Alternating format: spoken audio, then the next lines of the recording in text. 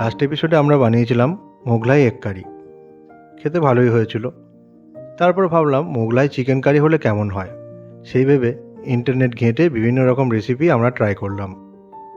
তার মধ্যে আজকে যে রেসিপিটা আমরা প্রেজেন্ট করতে চলেছি সেটা আমাদের সব থেকে ভালো লেগেছিল।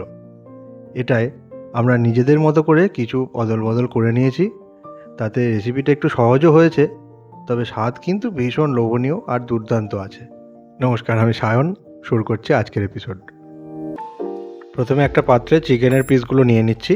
এগুলো মাঝারি করে কাটা আছে, আর এই চিকেনের পিসগুলোকে আমাদেরকে ম্যারিনেট করতে হবে। প্রথমে আমি দিয়ে দেবো আদা বাটা,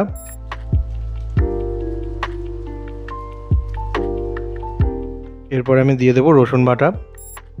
পরিমাণগুলো সব স্ক্রিনে দেওয়া আছে, এছাড়াও ভিডিও ডেসক্রিপশন বক্সে আপনারা পেয়ে যাবেন। এরপরে আমি দিয়ে দেবো লবণ, তারপরে আমি দিয়ে দেবো হলুদ গুঁড়ো,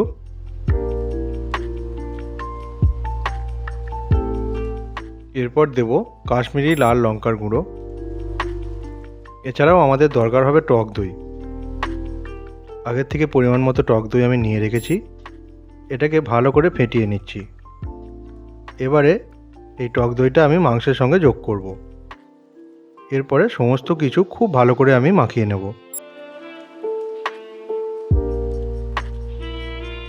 আর এভাবে চিকেনের সঙ্গে সমস্ত কিছু মাখানো হয়ে গেলে ঢাকা দিয়ে এটাকে একপাশে সরিয়ে রেখে দেবো আধ ঘন্টার জন্য।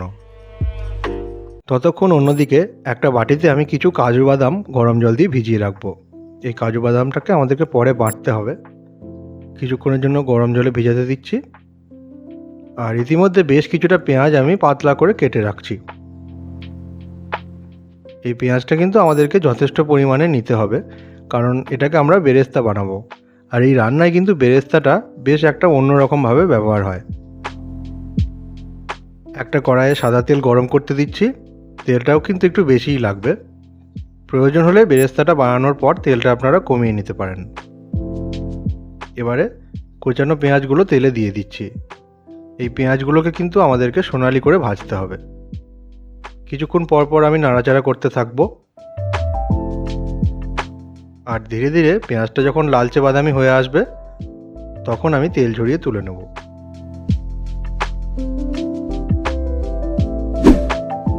পেঁয়াজটা সোনালি করে ভাজা হয়ে গেলেই আমি তেল ঝরিয়ে তুলে নিচ্ছি। এটা ধীরে ধীরে তুলতে সময় লাগবে। তাছাড়াও এই পেঁয়াজ ভাজাগুলোর মধ্যে যে তাপ আছে, তার জন্য তেল থেকে তোলার পরেও কিন্তু পেঁয়াজটা ভাজা হতে থাকবে, তাই একটু পরেই এটা লালচে হয়ে যাবে। এবারে আমাদের এই কাজুর সঙ্গে পেঁয়াজটাকে কিন্তু বেটে নিতে হবে। একটা মিক্সার গ্রাইন্ডারের জারে কাজু বাদামগুলো নিয়ে নিচ্ছি। এখন বেশ ভালোই ভিজে গেছে। আর নিয়ে নিচ্ছি ওই বেরেস্তাগুলো। এটাকে বেটে একটা পেস্ট বানিয়ে রাখলাম। এবারে কতগুলো গোটা মশলা আমি তেলে ফোড়ন দেব। তেলটা গরম করাই আছে, তেলটা আমি কমাইনি।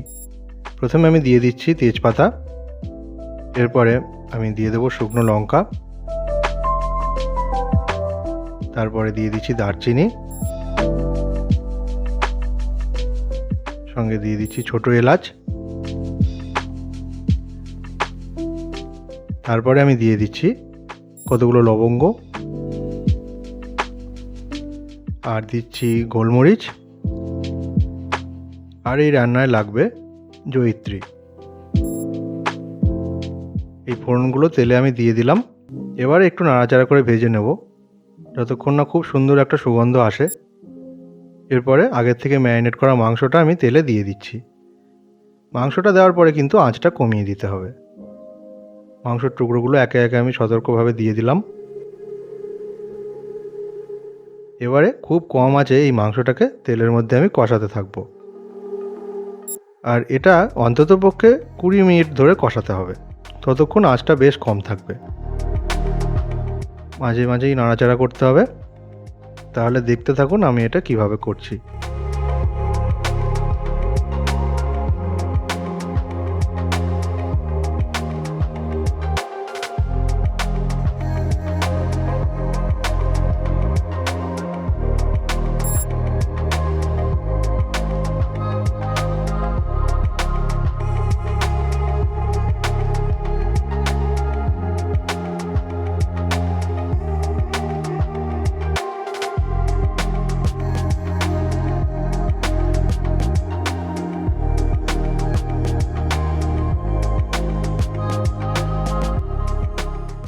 অনেকক্ষণ সময় নিয়ে কম আঁচে কষানোর ফলে চিকেনটা বেশ নরম হয়ে এসেছে, রান্না থেকে তেলও বেরিয়েছে। এবারে ওই আগের থেকে বেটে নেওয়া মশলাটা আমি দিয়ে দিচ্ছি, যেখানে বেরেস্তা আর কাজু বাদাম আমি বেটে রেখেছিলাম। এবার এই বেরেস্তা আর কাজু বাটাটাকে আমি তেলের মধ্যে মাংসের সঙ্গে ভালো করে কষাতে থাকছি।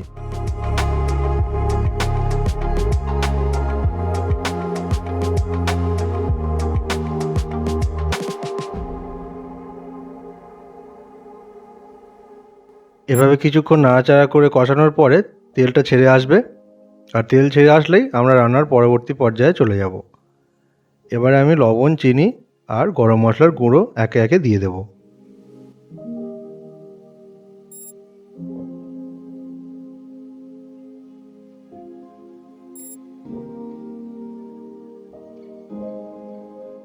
নুন আর চিনিটা পরিমাণ মতো দেওয়ার পরে একটু নাড়াচাড়া করে দিচ্ছি, নাহলে কড়াইয়ের নিচের দিকে কিন্তু লেগে যেতে পারে।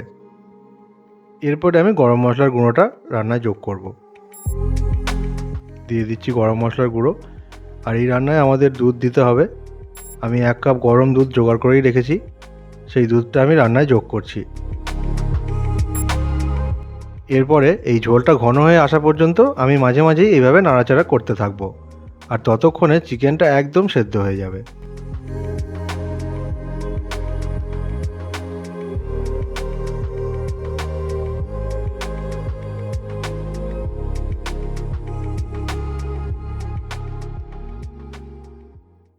রান্না প্রায় শেষের দিকে। দেখছেন তো কি সুন্দর ঘন হয়ে এসছে ঝোলটা। এই মোগলাই চিকেন কারিতে ঝোলটা কিন্তু বেশ ঘন হয়, তাই গ্রেভিটাকে আমি ঘন হওয়ার জন্য এখনও কম আঁচে ফুটিয়ে যাচ্ছি। আর সতর্ক থেকে মাঝে মাঝে নাড়াচাড়া করতে হবে। ওভেন ছেড়ে কিন্তু যাওয়া যাবে না, তাহলে নিচের দিকে পুড়ে যেতে পারে। আঁচটা খুব কম করা আছে। এবারে এই রান্নায় আমি কেওড়া জল দেব। পরিমাণ মতো কেওড়া জল দিয়ে দিচ্ছি। এটার জন্যই খুব সুন্দর একটা সুগন্ধ হবে। একটু নাড়াচাড়া করে এটা মিশিয়ে দিলাম। ঝোলটা তো প্রায় ঘন হয়েই গেছে। এবারে আমাদেরকে কয়েকটা চেরা কাঁচা লঙ্কা যোগ করতে হবে, আর চাইলে একটু কোচানো ধনেপাতা দিয়ে সাজিয়ে দেওয়া যেতে পারে।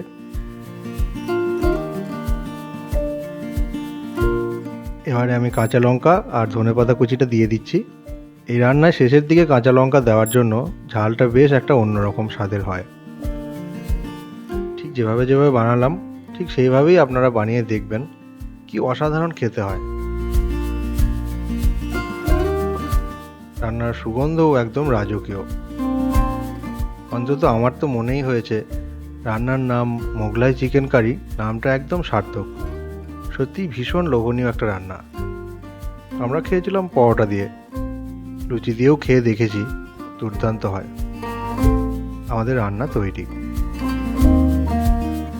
কেমন লাগলো আমাদের বানানো মোগলাই চিকেন কারি? আপনার মতামত কমেন্টে কিন্তু অবশ্যই জানাবেন।